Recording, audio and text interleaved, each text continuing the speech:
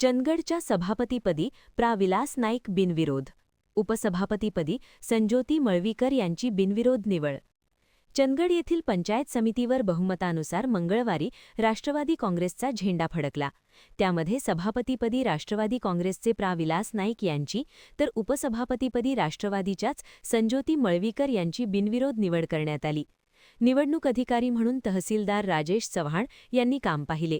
निवडीनंतर माजी आमदार राजेश पाटील यांनी प्रमुख उपस्थितीत राष्ट्रवादी काँग्रेसच्या समर्थकांनी नूतन पदाधिकाऱ्यांचा सत्कार केला.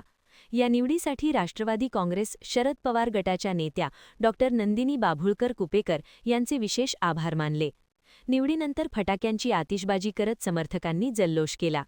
मंगळवारी सकाळी सभापतीपदासाठी विलास नाईक व उपसभापतीपदासाठी संज्योती मळवीकर यांचे एकमेव अर्ज आल्याने त्यांची बिनविरोध निवड झाल्याचे तहसीलदार चव्हाण यांनी जाहीर केले. निवड प्रक्रियेत पंचायत समिती सदस्य पांडुरंग बेनके, मधुकर आंबेवाडकर, प्रेमा हुलजी, रवींद्र बांदिवडेकर, मनस्विनी कांबळे, सुवर्णा कुंभार यांनी सहभाग घेतला होता. स्वागत सदानंद पाटील यांनी केले. या निवडीवेळी मनोगत कलाप्पा भोगण, सुखदेव शहापूरकर, रवींद्र बांदिवडेकर, भाजपा गटनेते, उपसभापती संज्योती मळवीकर, जिल्हा परिषद सदस्या विद्या विलास पाटील, पांडुरंग बेनके यांनी मनोगत व्यक्त केले. यावेळी सभापती निवडीवेळी गटविकास अधिकारी वृक्षाली यादव, गटशिक्षणाधिकारी वैभव पाटील, उपअभियंता प्रकाश देसाई, भरमाणा गावडे, जेबी पाटील, विलास पाटील, जगन्नाथ हुलजी, प्रभाकर खांडेकर, शिवसेना नेते, तानाजी गडकरी, बसवंत अडकुरकर, ॲडव्होकेट संतोष मळवीकर यासह अधिकारीवर्ग, नागरिक मोठ्या संख्येने उपस्थित होते. यावेळी नूतन सभापती विलास नाईक काय म्हणतात ते पहा. महान कार्य न्यूजसाठी प्रकाश ऐनापुरे, चंदगड. शिवसेनेचे प्रमुख आहेत खांडेकर साहेब, ब्लॅक पॅन्थर पक्षाचे अध्यक्ष आहेत सुभाष कांबळे साहेब, त्यांच्यासोबत आलेले गणपत कांबळे साहेब, आणि इथं याच समोर बसलेले, या समोर बसवण्यासाठी ज्यांनी तुम्ही कष्ट घेतला त्या तुम्ही सर्वांना प्रथमतः या सगळ्यांच्या वतीनं तुम्हाला प्रथमतः वंदन करतो. हा मान तुमचा आहे, हा सन्मान तुमचा आहे. लोकशाहीमध्ये सन्मान हा लोकशाहीच्या सन्मानासाठी, जनतेचा सन्मान करण्यासाठी प्रतिनिधित्व म्हणून तुम्ही या लोकशाहीच्या उत्सवामध्ये 2026 ला झालेल्या लोकशाहीच्या उत्सवामध्ये 1,87,220 लोकसंख्या असणाऱ्या चंदगड तालुक्याच्या पंचायत समितीमध्ये 8 उमेदवार, मला वाटतं वरची 8 संख्या काढली तर 1,87,000, त्याच्यापैकी वरची 8 काढले की ते 8 सोडले की 1,87,000 लोकांनी मतदान करून 8 प्रतिनिधित्व दिलं. याचा अर्थ 8 लोकांच्या पेक्षा 1,87,000 सर्व मोजमाप आहे. त्यांचा सन्मान या तालुक्यासाठी आहे. हा सन्मान म्हणून मी तुम्हाला सभापती, नूतन सभापती या नात्याने मी तुमचा वंदन करतो. आणि या पदावरती आम्हाला विराजमान केला, हा बहुमान आम्हाला तुम्ही सन्मानित केला. या बहुमानाचा सत्कार म्हणजे या बहुमानाचा एक शब्द प्रीत्यर्थ म्हणून तुमच्यासाठी 1-2 मिनिटाचं मनोगत व्यक्त करतो आहे. या नूतन सभापती पदासाठी जेव्हा मानगाव पंचायत समिती पदातून आम्हाला उमेदवारी दिली, मला वाटतं की माझ्या घरातील शिक्षण विस्तार अधिकारी माझे वडील या पंचायत समितीमध्ये धना नाईक गुरुजी इथं होऊन गेले, आणि माझी मातोश्री देखील माझ्या निकाला दिवशी उपस्थित होती. शैक्षणिक वारसा लाभलेलं माझं घरान या दिशेमध्ये किंवा तुमच्या सर्व आशीर्वादामुळे मी इथं नूतन सभापती झालो. आणि या चंदगड तालुक्याचा मला आवर्जून अनेक उल्लेख करावाच लागतो की चंदगड तालुक्याचा शिवाजी महाराजांचा उल्लेख केल्याशिवाय चंदगड तालुक्याचं नाव घेणे अपुरं पडतं. कारण या शिवाजी महाराजांचे 4 किल्ले या चंदगड तालुक्यामध्ये आहे. त्याचं नाव आहे कला नंदीगड, पारगड, गंधर्वगड आणि मैपाळगड. यात छत्रपती शिवाजी महाराजांना पुन्हा एकदा वंदन करतो चंदगड तालुक्याच्या वतीनं. आणि देव गव्हर्नरच्या साक्षीनं पुन्हा नूतन सभापती म्हणून मला तुम्ही निवड केला. मला अजून देखील उल्लेख करायचा वाटते चंदगड सभापती पदाचा 1962 सालापासून मला वाटतं BP सिरगावकर या पंचायत समितीचे पहिले सभापती झाले. आणि शेवटचा सभापती मला वाटतं पहिला सभापती नागनवाडीचा होता आणि शेवटचा सभापती आनंद कांबळे साहेब हे काजीनेचे होते.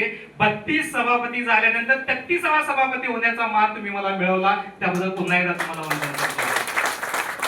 आणि या सभापती पदाचा सन्मान मला मिळत असतेवेळी मी प्रशासकीय मला उमेदवारी जाहीर झाली. मी 7.5 वर्ष ग्रामपंचायत रामपूरचं मी काम करत असतेवेळी वेगवेगळ्या योजना मी माझ्या गावामध्ये मांडल्या. माझ्या गावचा आशीर्वाद, माझ्या हनुमान दैवताचा आशीर्वाद, माझ्या रामपूर गावचा आशीर्वाद की तुझ्यामध्ये ताकद आहे की या तालुक्यामध्ये तुझ्या पद्धतीने गावचा विकास करू शकतोस, तुझ्यामध्ये वेगळी उमेद आहे. माझ्या गावाने मला आशीर्वाद दिला ती वेगळी भूमिका बजावू शकतो आणि गावचा आशीर्वाद 20 गावांनी पेलला आणि 20 गावांनी पेलून आज तालुक्याचा सभापती झाला आणि तालुक्याची 157 गावी आज माझ्या आशीर्वादाने किंवा माझ्या कामानुसार ती सभापती पदाची भूमिका आज मी 157 गावांमध्ये आज बजावणार आहे. त्याचा मोठा सन्मान किंवा मोठा आनंद मला या क्षणी होतो आहे.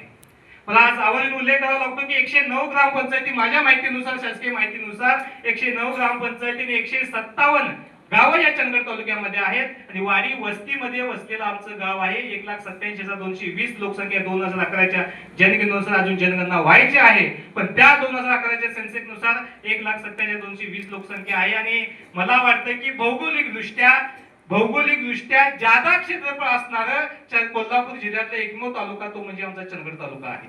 आणि या चंदगड तालुक्याच्या भौगोलिक दृष्टीचा विजन ठेवून भौगोलिक दृष्टीचा विस्तार वाढतो. त्या विस्तारासाठी विकासाची कामं कमी पडतात आणि विकासाची कामं भौगोलिकदृष्ट्या वाढवण्यासाठी म्हणून माननीय कार्यसम्राट आमदार राजेंद्र पाटलांनी 1600 कोटीची विकास कामं आणली. त्याचं कारण पण त्याचं आहे. भौगोलिकदृष्ट्या जेव्हा वेगवेगळी भौगोलिकदृष्ट्या क्षेत्रफळ वाढतं तेव्हा विकास कामं ही लांबमध्ये पोहोचवावी लागतात. या भौगोलिकदृष्ट्या विकास कामामध्ये 2022 ते 2026 मध्ये 4 वर्षामध्ये प्रशासकीय अधिकारी होते, पदाधिकारी नव्हते. पदाधिकारी जर नसतील तर लोकांच्या भौतिक सुविधेमध्ये थोडीशी अडथळा निर्माण होते. प्रशासकीय माध्यमातून फक्त शैक्षणिक आणि आरोग्याच्या 2च भूमिका निभावल्या जातात पण लोकांच्या गावापर्यंत पोहोचणाऱ्या भौतिक सुविधा लोकांच्या पर्यंत पोहोचू शकत नाहीत. ही थोडीशी गम आहे.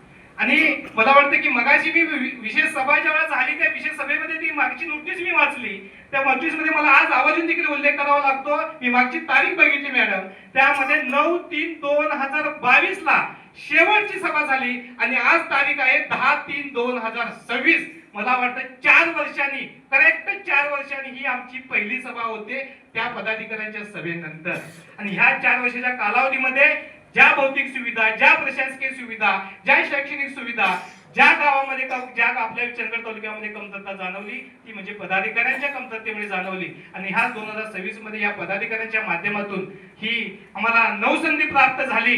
आणि नवसंधी प्राप्त होत असताना मला आवर्जून अनेक उल्लेख करायचा आहे दादा की तुम्ही सांगितला विकासाचं काम जेव्हा निघतं मगाशी सांगितलं की इलेक्शन झालं, राजकारण संपलं, निकाल लागला तेव्हाच आपलं गटातटाचं राजकारण संपतं आणि तिथून पुढे विकासाचं राजकारण चालू होतं. आणि विकासाच्या राजकारणाला विरोधी पक्षनेते म्हणून तुम्ही मगाशी जो पाठिंबा दिला त्याबद्दल प्रथमतः एक नूतन सभापती आणि अद्याप विरोधी गट नेते म्हणून तुमचं मी अभिनंदन करतो आहे.